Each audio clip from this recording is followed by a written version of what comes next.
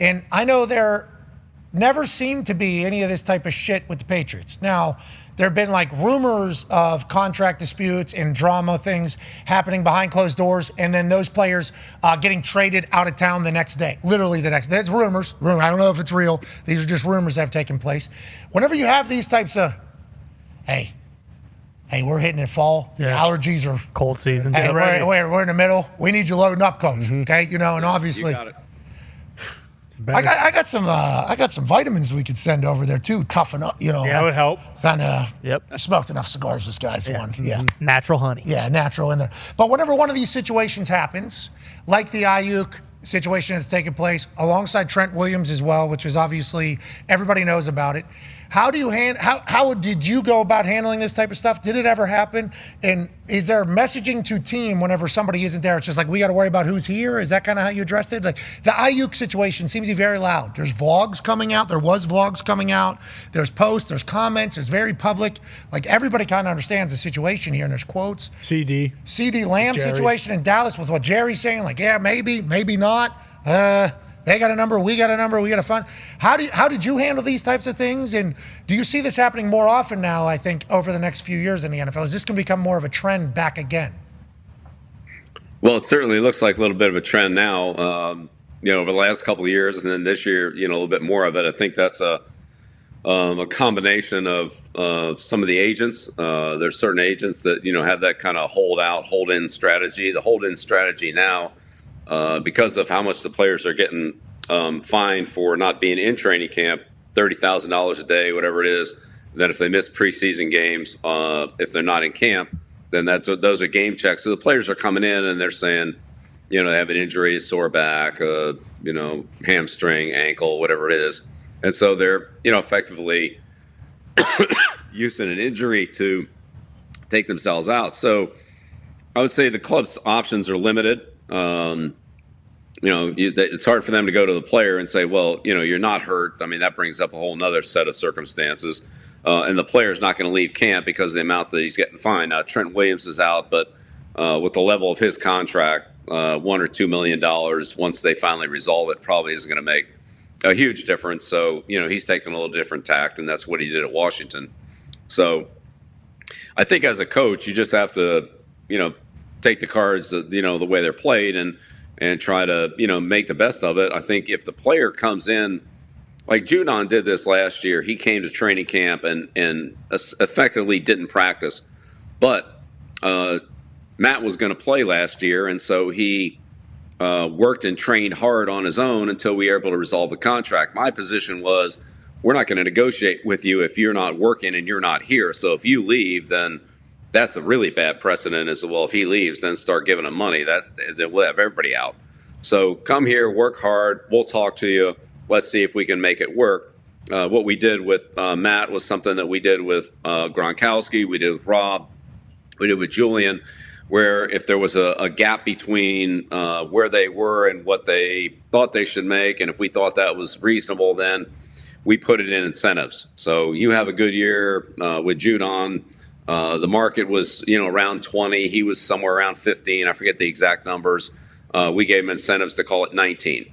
And so if he had the same year he had in 21 and 22, he would have made the 19. Unfortunately, he got hurt, and so the whole thing was a moot point. But the point is that I think you try to find a way to compromise sometimes incentives, or maybe it's a new contract. I think at Matt's age last year, the new contract, plus he had 2 years to go on his contract. So that's another one. We didn't renegotiate with Gilmore with 2 years to go on his contract. We didn't renegotiate with Dahn with 2 years to go on his contract. I think when you start renegotiating with 2 years to go, again, you could have 15-man parade coming in there with 2 years to go that want to renegotiate. So our position was always do it the last year. And so, if it was 2 years, then we try to find another solution rather than renegotiate, so we didn't have the 2-year precedent. So those are some of the things that we did. I'm not saying those are the answers. I think every situation is different.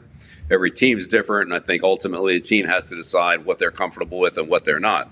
I think the Cincinnati situation is interesting. Higgins came in there, signed his tender right away, basically said, hey, I'm playing football. I'm going to go out there and have a good year. And Jamar didn't take that same, approach, similar situation. So, it's I don't think there's any cookie cutter deal here. Each guy and each agent has their own strategy for what they think is best for them and their player. Again, I think when you start at the top with a guy like Mahomes or a guy like Brady, who do everything to make sure that there's no issues with their contract, then that makes it a little bit easier with everybody else. And everybody else can respect the the overall team concept and the team goals. Not saying they want to play for nothing. That's not the point. But to try to find some way to compromise to work it out.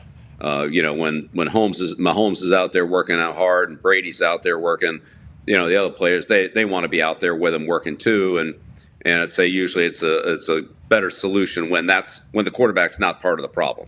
Judon getting hurt, not getting his incentives is a massive piece of what his agent was probably telling him this year about how, hey, we're not doing this whole song and dance again. But that was with 2 years left, not 1 year left. He's now down in Atlanta. They've been making moves down there. Good luck to Atlanta and Raheem Morris. You talk about Tom Brady there with his contract not being a deal. You guys almost started like the salary cap gymnastics. Do you view it that way? Whenever you moved it to signing bonus and then kicked the can down the road, I don't want to say kick the can down the road, but spread the money out throughout the rest of the contract. Now everybody, that became like, that's everybody's move. You guys were doing that for a long time because when it was first getting announced, it was like Tom Brady, hero, is taking his entire salary and getting it on one day instead of getting it throughout the entire season. But in doing so, frees up $10 million, $15 million to the New England Patriots, yada, yada. You guys seemingly were ahead of the curve on that. Did that happen before you guys started doing it? And when did that become like the move? Because it feels like teams should and have weaponized that particular signing bonus to spread out the rest of the contract over the season. You guys were obviously doing that with Tom, I feel like, back in the day.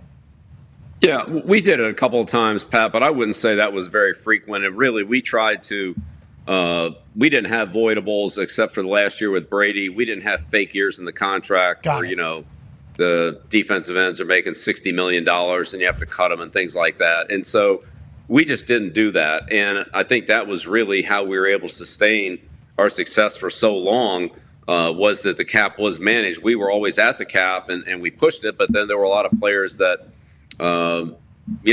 didn't finish their careers with us for one reason or another. When the salary cap became an issue, we had to make some tough decisions. And unfortunately, I would say release some players that, or trade players that I really didn't want to do that with. They were good players. We just couldn't afford them all.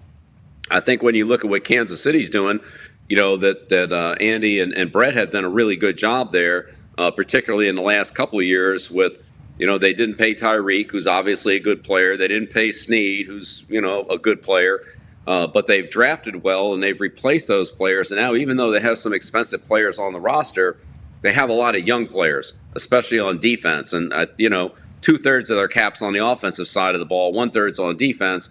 But they have some draft choices on defense, and so they've been able to maintain that. And so I think that's, you've got to find some young players, some undrafted free agents. You got to find the Ryan Wendells, the late round picks like Edelman or, Jacoby Myers or, people like that to keep it going. You just don't have enough money to pay everybody. If you look at teams like Philadelphia, New Orleans, even Atlanta is starting to fall into that category too, where they have so much money pushed out that they really are, don't have a lot of flexibility going forward with, multiple free agents that are up this year, 5, 6, 7, 8 guys. And literally no cap space or very little cap space. Not that you can't create it, which New Orleans has done that. But, again, New Orleans has taken some hits this year, especially on the offensive line. They haven't done anything with Kamara's contract. It'll be interesting to see how they handle that because I don't think he has any, very much really dead money. Most of his contract is just if he's on the roster, he gets it. If he isn't, then that becomes a big cap savings. So it'll be interesting to see what happens with him. But those teams that have it pushed out, with voidable years, all over the place in their contracts or in their salary structure, or at some point those credit card bills are going to have to come due. And I think that Kansas City, besides having a really good football team, has managed that well. San Francisco is kind of at the other end of that. I'm talking about the 2 Super Bowl teams. Trying to push a lot of money out. They lost quite a few free agents this year. Whether they wanted to lose them or couldn't afford to pay them, whatever it is. Now you got a lot of other guys that that want more money, and they're getting into a tight spot here. So now the quarterback's not very expensive right now, but if that changes, then that's another issue. So as you know, Pat, when the players hit free agency and you re-sign them on your team, just take Brady for example. Brady goes from call it $5 million to $15 million in a different cap scenario. His cap number goes up by $10 million or whatever the number is. Well, he doesn't get any better from year 4 to year 5. You have the same player. It just costs you a lot more. So Brady, Matt Light, those guys, when 3 or 4 of them all hit at the same time, you don't get any better as a team. You actually get worse because their salary goes up to what it should be.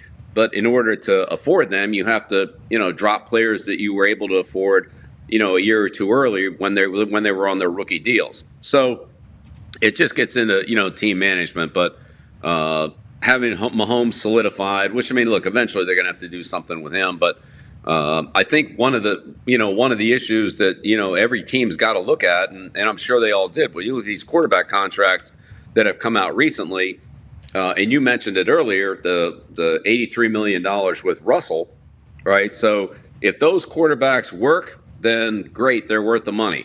If they don't work, then you can end up with a Russell Wilson situation like Denver has, and that's really, could be very difficult to manage. It's hamstrung the team now for Sean for, a couple of years. So if all these guys play well and stay healthy and all that, then, great. But it's not just the $50 million that they're getting paid. All right, it would be the acceleration of somebody who doesn't play to the contract or whatever the circumstances are.